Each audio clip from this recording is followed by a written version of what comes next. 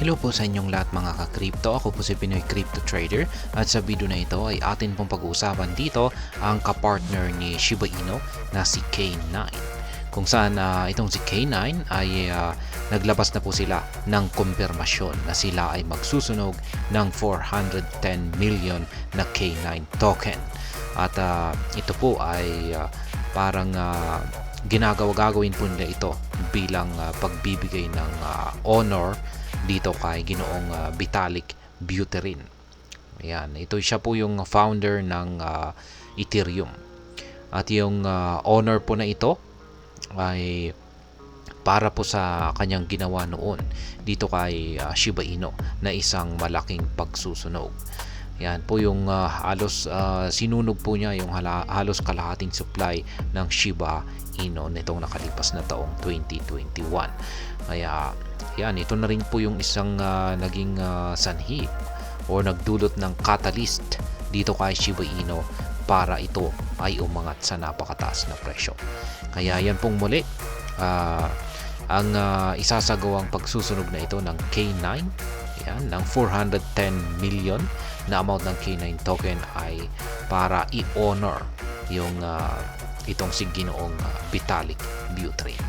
At ayan, bago po tayo magpatuloy ay nais ko lamang po munang bigyang linaw ang aking disclaimer kung saan ang nilalaman po ng video na ito ay hindi po ito isang financial advice. For education and information purposes lamang po ang layunin nito. Maliban po dito ay nais ko na rin pong magbigay babala na wala pong kahit anumang group chat ang Pinoy Crypto Trader. Ayan, sabi rito ay the community behind K9 Finance DAO passes a proposal to incinerate 410 million K9 tokens. Yan, nakontent po natin yung tungkol dito sa nakalipas na video kung saan ay dumaan po muna ito sa isang proposal. Pag sinabi po nating proposal ay kailangan po itong dumaan sa botohan. Ayan, magboboto po yung mga community ni K9 kung sang-ayon ba sila rito or hindi. Kaya tinawag na proposal yan, voting proposal. At syempre natapos na yung voting proposal na ito at yung community ni K9 ay pumayag po sila. The upcoming burn is K9 Finance way of honoring Ethereum co-founder Vitalik Buterin for reducing Shiba Inu circulating supply via the burning of 410 trillion SHIB tokens in May 2021. Ayan po ulit.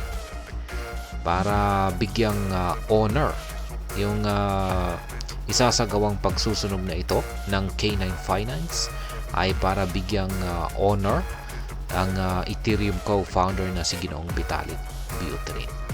At ayan, yung honor na ito ay hango po yan sa kanyang ginawang pagsusunog dito kay Shiba Inu nitong May 2021 kung saan ay ito po yung pinakamalaking amount na or naisagawang pagsusunog kay Shiba Inu nitong nakalipas na taong 2021 kung saan ay nasa 410 trillion na amount ng SHIB tokens ang nasunog or sinunog ni Ginoong Vitalik Buterin. In a recent X post, K9 disclosed that voting ended on May 18th with most community members supporting the proposal to burn 410 million K9 in honor of Buterin. Ayan. Natapos po yung voting proposal na ito nitong nakalipas na May 18th. At gaya ng sinabi ko kanina ay pumayag po ang buong community ni K9 na sunugin ang 410 million na K9 tokens. Proposal's voting result. It bears mentioning that the community surpassed the quorum for the proposal, which required at least 5 billion K9.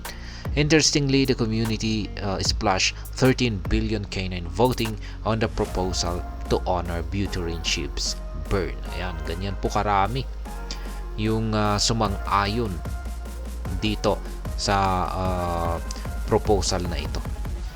Ayan, umabot daw po ng 13 billion na votes ang sumang-ayon dito. Yan, dami po. As revealed by K9, the 410 million K9 tokens will be obtained from the marketing allocation of its treasury. Yan, yung 410 million K9 tokens daw na ito ay manggagaling daw po ito sa treasury. Yan, treasury marketing allocation treasury ni K9. Notably, the team behind K9 will send the 410 million K9 tokens to a dead block-based wallet on May 31st, thus permanently removing them from the circulating supply. Ayan. Ayon po sa team ng K9 ay sa May 31 po. Ayan, sa katapusan po ng buwan na ito nila susunugin ang 410 million K9 tokens na ito. Kaya ayan, hindi pa nila ito isasagawa kaagad. Sa katapusan po, May 31. Isisend po nila ito sa dead wallet. Ayan, sa isang dead blockchain-based wallet. Sa mga hindi po nakakaalam yan ay kung pag sinasabi po nating pagsusunog or susunugin ay sinisend po talaga ito sa mga dead wallet kung saan ay walang kahit sino man ang may access nito or walang pwedeng makinabang rito. Yan, hindi po talaga as in na susunugin kasi wala pong paraan yan para actual na sunugin. Yan lamang po yung term, yan, kung saan ay wala nang makikinabang na iba rito. Ayan po yung actual na tweet rito ng K9 Finance sa kanilang official X account. DAO vote passed. K9 DAO will burn 410 million K9 on May 31st to honor Vitalik Buterin's She-Burn in May 2021. Ayan. Halos lahat ay bumoto. 81.66% ng mga voters ay pinili nilang yes or pumabor po sila na sunugin ito. Ayan. DAO vote passed to burn 410 million K9 tokens. Ayan po siya. Ayan, masasabi ko naman po rito ay maganda po ito na development para kay K9 Finance. Ayan, dahil sa mga hindi po nakakaalam ay ang pagsusunog ay nakaka-epekto po ito sa presyo. Ayan, ng isang crypto na nasusunog. Kaya pagdating po rito kay K9 ay kung pag nasusunog po yung kanyang kapag may malaking nasusunog po na amount ng K9 tokens ay nagdudulot po ito ng scarcity sa kanyang circulating supply o nababawasan po yung kanyang circulating supply. At kung nababawasan po yung circulating supply ay nagdudulot po ito ng scarcity at nauuwi po ito sa pagtaas ng demand. At kung pag tumataas ang demand, ay tumataas din ang presyo nito. Kaya yan, sa madaling salita ay gaya ng aking sinabi kanina ay sa itong magandang development para kay K9. At ayan, hanggang dito na lamang po tayo sa video na ito mga crypto. Sana po ay inyong nagustuhan ang aking paliwanag sa video na ito.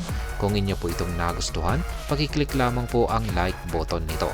Para naman po sa mga bago lamang dito, kayo po ay aking inaanyayahan para mag-subscribe. Pakiclick na rin po ang bell icon nito dahil ito po ang siya magsisilbing notification nito sa mga bago kong videos na akin pong ina-upload sa aking YouTube channel na ito. Marami pong salamat sa panonood, ingat po tayo lagi at God bless po sa ating lahat.